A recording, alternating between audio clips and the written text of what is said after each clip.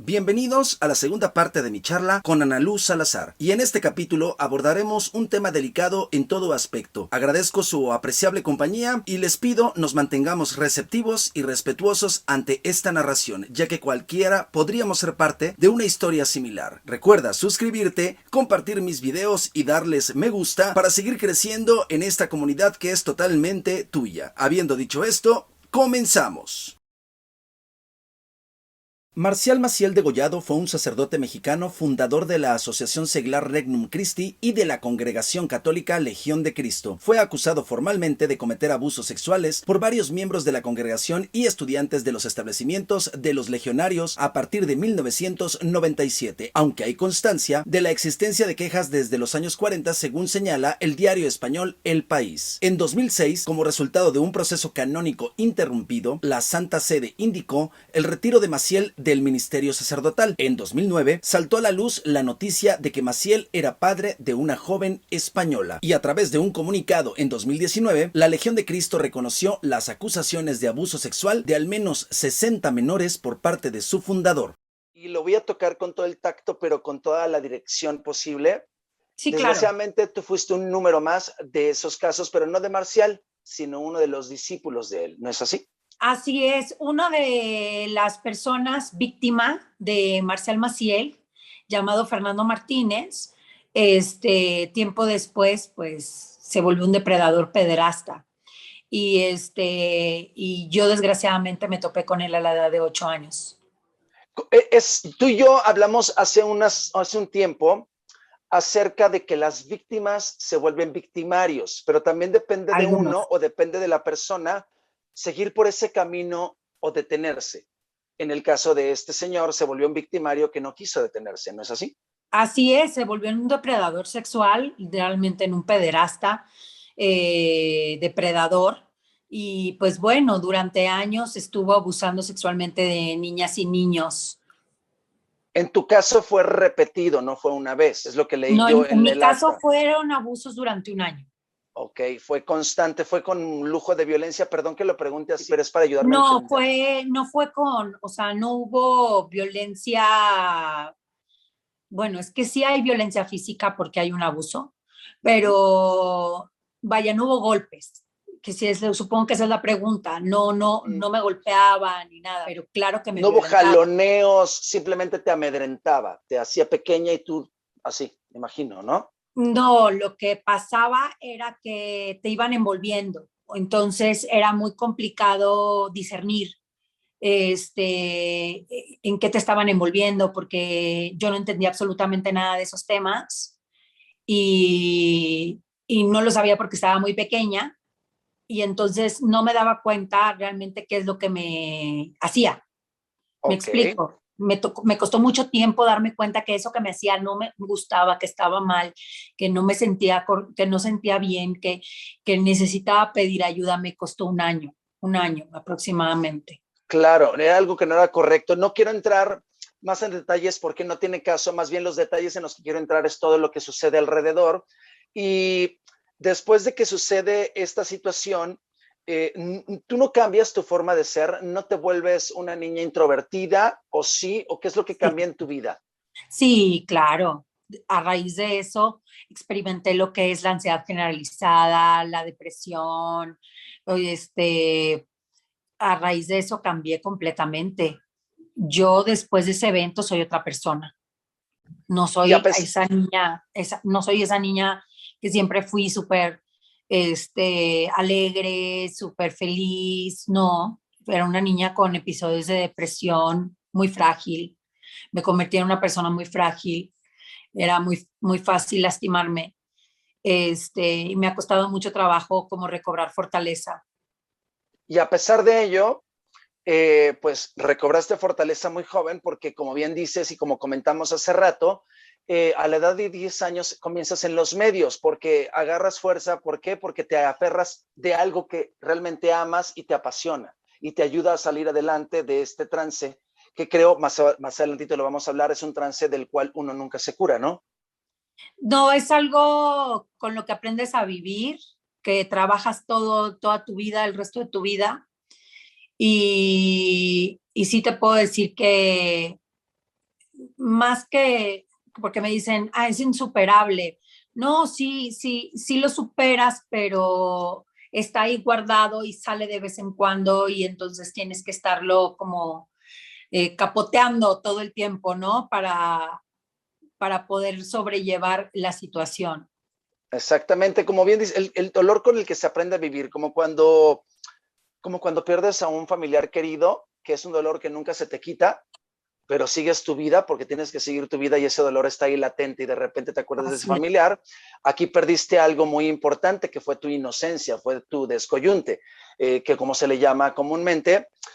Mi querida Analu, ¿qué orilla a una adulta a denunciar este acto 30 años después?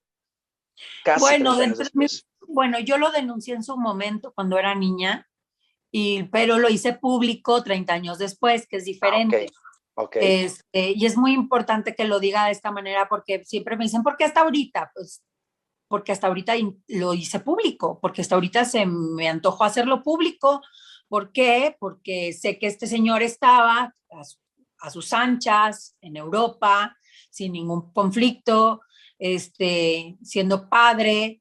Y bueno, a mí me causó mucho ruido y dije, no puedo permitir que, que esté como si nada hubiera pasado, cuando sí pasó, ¿no?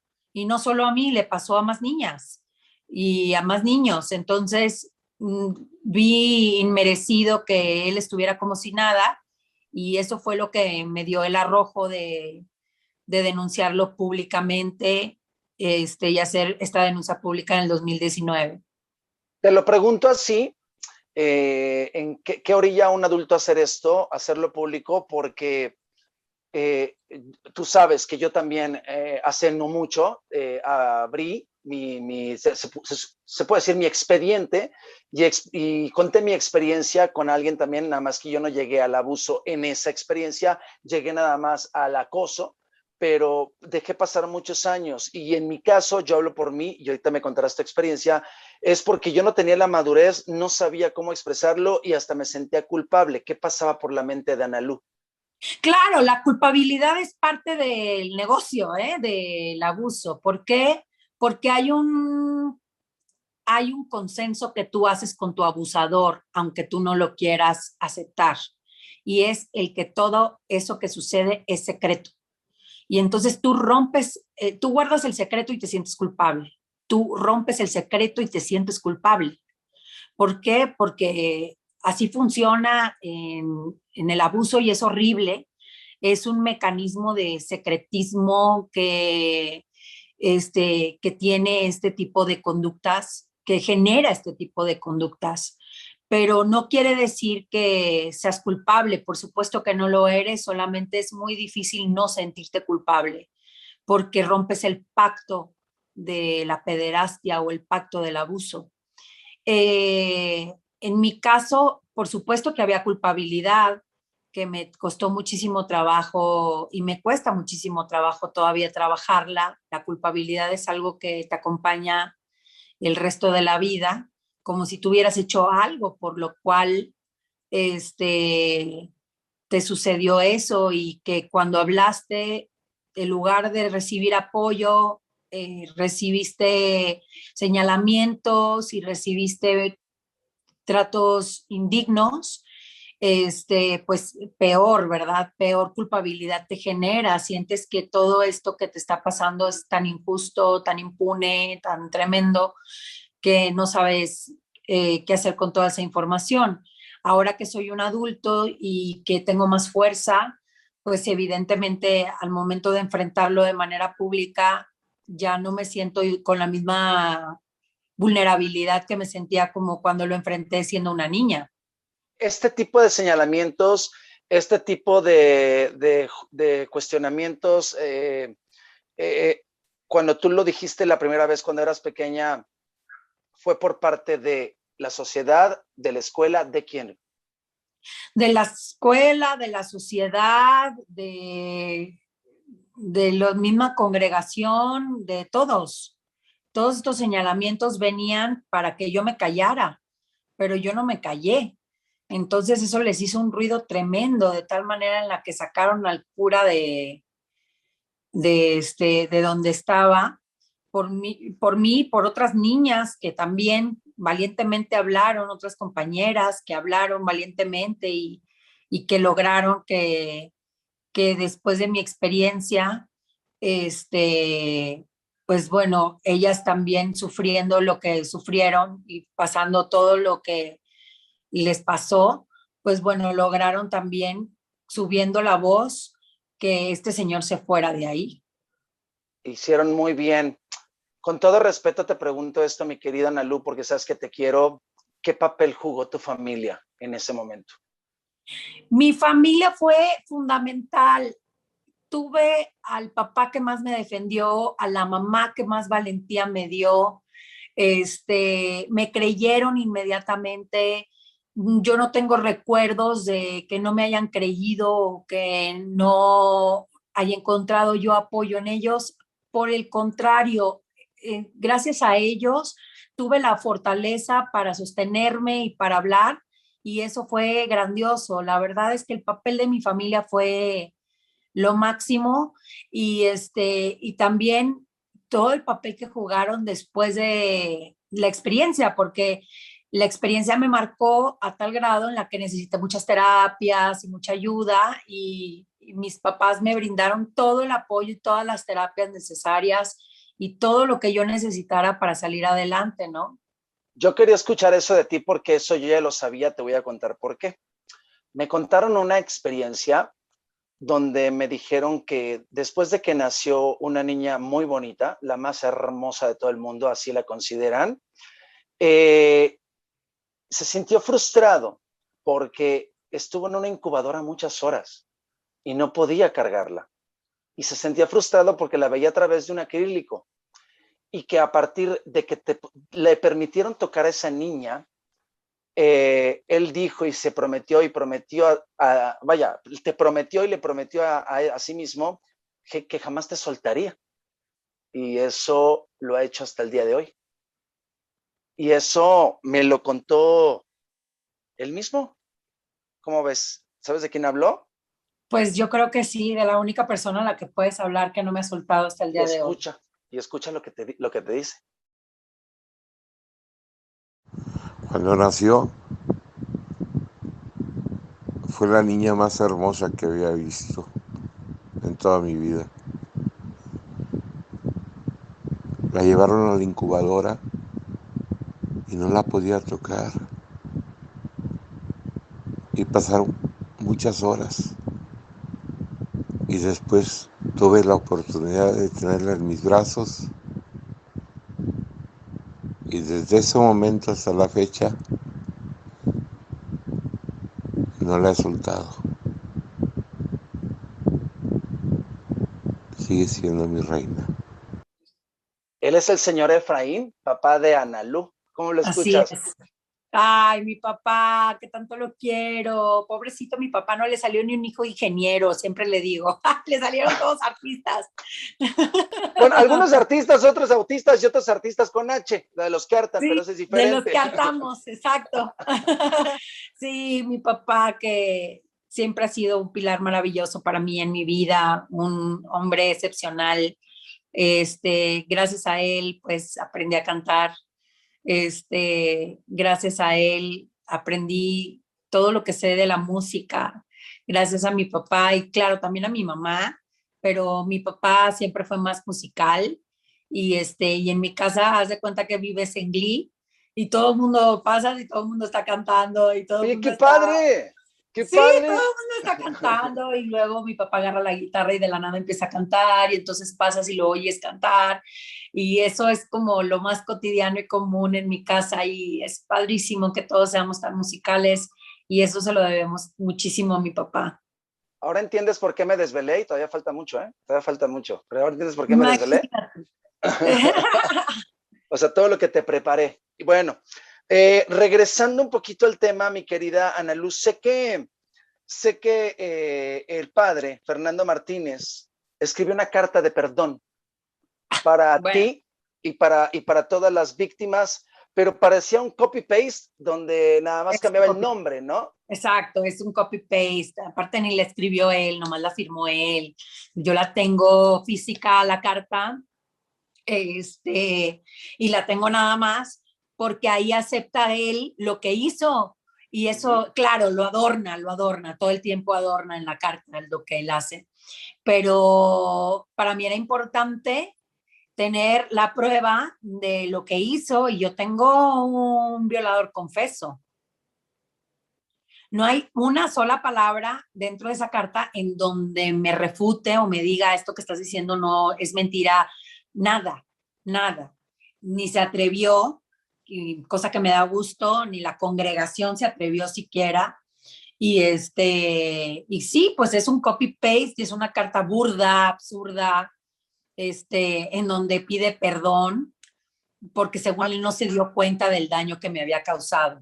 A mí me suena un poco hasta rayando en el cinismo, ¿no? Ay, Esa sí, carta, porque la leí. es una grosería esa carta, es tremenda y después de esa carta de ser un violador confeso, de aceptar lo que me hizo a mí, lo hizo a otras compañeras dentro de la institución, después de eso el Papa le otorga el permiso de que ya no sea sacerdote, pero que siga viviendo dentro de la congregación, así como si no hubiera pasado nada. Entonces, entonces hice yo una declaración pública en donde decía, me hubieran mandado mejor una cuerda para colgarme en mi casa, porque realmente fue un golpe tan profundo que la máxima autoridad el Vaticano dijera, sí, bueno, ya lo aceptó, ya le vamos a quitar su sotanita y pues aquí no pasó nada y que se quede viviendo como si nada. Es como perdón por la expresión que voy a utilizar, mi querida gente de YouTube, pero es como una mentada de madre que hagan eso, ¿eh? No, no es como, es una mentada de madre. Prácticamente sí. Es una mentada de madre. Fue una grosería, pero ¿qué te puedo yo decir? Te oigo. Lo único que te puedo decir es que después de eso, mantener las fuerzas no fue fácil. Te oigo y te veo y a mí me duele mucho. Me duele mucho no por Analu, al gran ser humano que recién descubrí, sino me duele por todas las personas, porque no nada más son niñas, son niños, todos los pequeños que han padecido, que padecen y que seguirán padeciendo mientras no se haga algo. Exacto, mientras no haya justicia no puede haber paz, no puede haber paz. Tiene que haber justicia para que las cosas fluyan en paz. Y eso es algo que aprendí dentro de esta guerra psicológica, porque ha sido una guerra psicológica en donde la gente te dice, ay, lo que pasa es que tú estás enojada y entonces no se trata de estar enojadas. Y si estoy enojada, entonces enójate conmigo, porque están violando niñas y niños y nadie está haciendo absolutamente nada. Y nadie está, nadie está reaccionando a la proporción de vida del evento, ¿no? O sea, y tenemos entonces estos resultados catastróficos en nuestro país, en donde México es el número 1 en abuso sexual infantil, en pornografía infantil también. Y que no se hace nada, y que tiene fecha de caducidad, y que si no lo denuncias a tiempo ya no procede, o cómo es el asunto, porque tú ya estás más empapada de este tema. Ahorita ya hay una ley en donde no prescribe el delito de violencia sexual, que eso es para las víctimas, lo mejor tú puedes poner una denuncia, no importa cuánto tiempo haya pasado, y eso es un regalo para las víctimas, pero sí te puedo decir que en el teje y maneje sepa cómo se comporten las autoridades. O sea, que vayan a dictaminar las autoridades cuando una persona llegue, no sé, 20, 30 años después a poner una denuncia, ¿no? Y mi querida Analu, ¿qué necesita una persona que pasa por ese momento para obtener la paz? Pues la justicia, lo más cercano al clamor de la justicia, que yo creo que yo tuve lo más cercano al clamor de la justicia desde el momento en el que pude denunciar a mi abusador y y que te puedo decir que recibió un escarnio público porque se lo merecía. Se merecía él ser el del escarnio público, se merecía él ser la persona que dé la cara por sus delitos, que la gente lo, que la gente lo señale por lo que es, ¿no? En lugar de señalar a la víctima, que señalen al abusador. Yo creo que eso para mí fue lo más cercano a la justicia, pese a que no encontré ningún tipo de justicia dentro de mi país ni cómo ejercerla.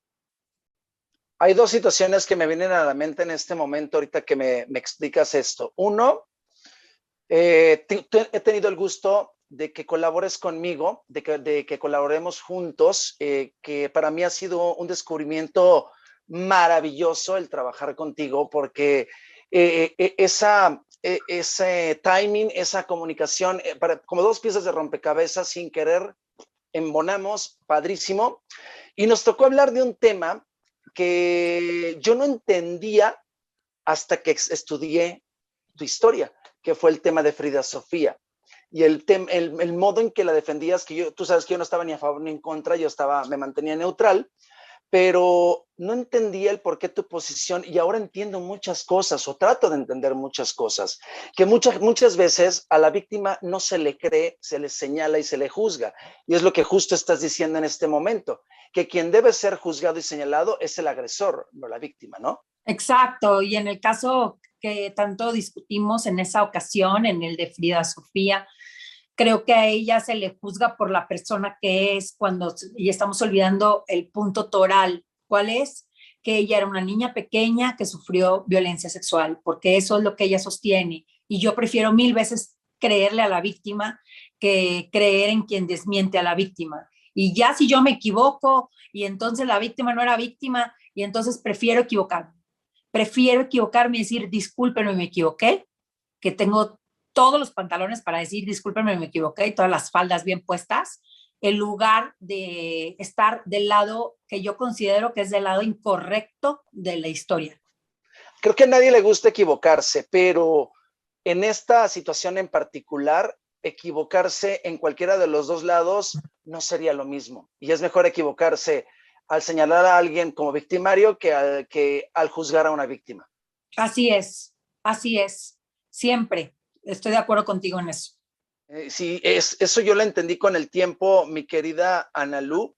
Y la segunda cosa que también me viene a la mente, y es también con muchísimo respeto, esto que te pregunto, tú eres mamá de 3 pequeñines. ¿Esto ha cambiado tu modo de ver? No, no me refiero al hecho de ser mamá, sino ¿te ha vuelto una mamá sobreprotectora? ¿Te ha vuelto una mamá más precavida? ¿Cómo sientes tú que te ha cambiado la vida este suceso? Pues bueno, no siento que me he vuelto sobreprotectora, pero sí paranoica. Okay. Sí tengo como una mentalidad un poco fatalista que no me gusta para nada, la trabajo mucho, pero es parte de la ansiedad que me produce el trauma que viví. Estoy consciente y soy una mamá bastante paranoica, pero bueno, intento ser moderada y no reflejarle eso a mis hijos, intento trabajarlo yo, porque si se lo paso directo, no, pobres, no harían nada, no harían nada. ¿Por qué Y te sin pregunto embargo, esto? con todo el miedo del mundo los dejo hacer las cosas. No, ¿por qué te pregunto todo esto? Porque al final del día, para que la gente entienda, un victimario, un abusador de menores, no nada más abusa del menor, no nada más afecta en ese momento al menor, afecta el resto de su vida y todas las ramificaciones que de esta persona, empiecen a nacer o a salir, porque empieza a Así afectar es, toda la vida. Es así. así es. Y sí es así. Y aunque parezca cosa menor, de pronto decir, bueno, pero le pasó de chiquita, bueno, pero sigue siendo algo que cargas el resto de tu vida y que te marca y que te cambia el rumbo de la personalidad también. ¿Tú ya lo perdonaste? Yo estoy tranquila. Mira, yo creo que un acto como la violencia sexual infantil no tiene disculpa. ¿Por qué razón violas a un niño? No, no creo que exista una razón lógica, comprensible para violar a un niño o a una niña. Yo estoy tranquila sin perdonarle. Puedo dormir tranquila, puedo comer tranquila, puedo vivir tranquila, o sea, todo eso puedo, tengo la misma ansiedad que tenía antes de decidir no perdonarle, me da los mismos episodios de pronto depresivos que me pueden llegar a dar antes de no disculparle. ¿Por qué? Porque en un espacio del tiempo puedo entender que él fue víctima. Por supuesto que lo puedo entender. Y entiendo su sufrimiento, como ser humano lo comprendo, entre seres humanos lo puedo disculpar, pero al nivel de la relación que él y yo tuvimos, donde él era el adulto y yo era la niña, no puedo disculparle lo que me hizo a mí y lo que le hizo a tantas niñas. Me parece algo imperdonable. Claro, No, ni siquiera es algo personal, es que me parece un acto imperdonable. y sobre todo que no se detuvo, porque Ni un segundo.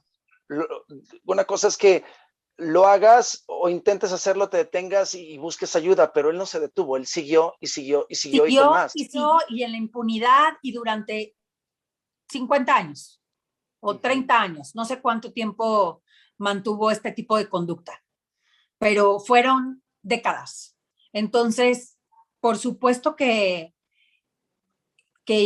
eso dicen, es que el perdón te libera, pero yo siento que no necesito otorgarle ese perdón, yo me siento liberada. O sea, yo me siento liberada el día que hablé, el día que lo exhibí, el día que todo el mundo supo quién era él.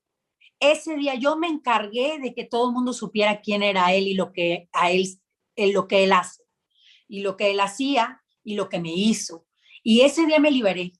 No necesito otorgarle ningún perdón ni nada, ni nada por el estilo. Habrá gente que lo hace, lo respeto. Cada quien maneja ese duelo como mejor le parezca. Yo creo que no es a fuerza que tenemos que perdonar. Hay cosas que son imperdonables y no por eso eres una amargada, ni vas a vivir en la penumbra, ni en el odio. Me consume el odio porque no lo perdono. No, para nada. Sin embargo, es algo con lo que trabajo, es algo que trabajo durante el resto de mi vida, y cada vez que se me presenta un episodio, recuerdo por qué no lo disculpo. Y es porque yo tengo que cargar con las consecuencias de un acto que yo no merecía vivir. Entonces, por eso decidí que el perdón es algo muy personal, que no se vale decirle a las víctimas, perdona, perdona, perdona. No, no se vale. Cada quien sabe y cada quien decide cuándo y cómo. Cierto, sobre todo si ese perdón viene, como bien lo dices, de una presión, porque entonces no es perdonar, es reprimir, y cuando reprimes llega un momento en que vas a explotar y va a ser peor, ¿no? Exacto, o sea, yo no quiero convivir con él, ni encontrarme con él, ni decirle yo te perdono. No tengo ni las ganas, o sea, no es algo que me interese.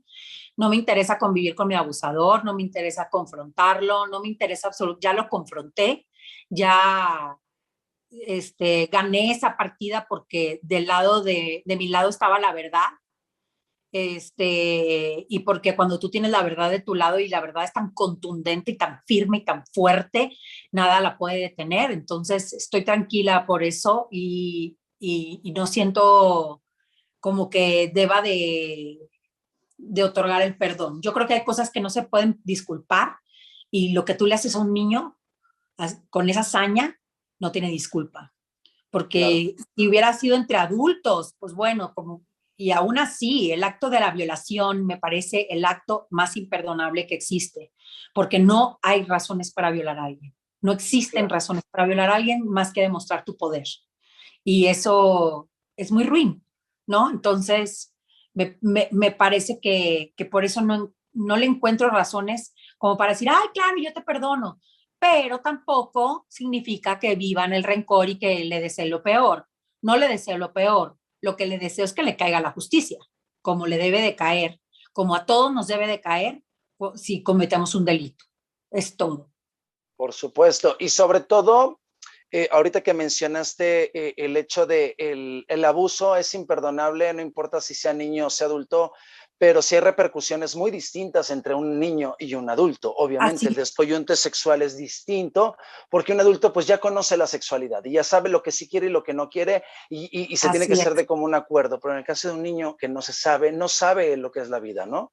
Exactamente. Los niños son buenos, los niños son puros y los niños no saben a lo que se están enfrentando. Gracias por haberme acompañado en esta segunda entrega de mi charla con Analu Salazar, pero aún hay mucho que contar acerca de este tema, así que eso será en la próxima entrega. Hasta pronto.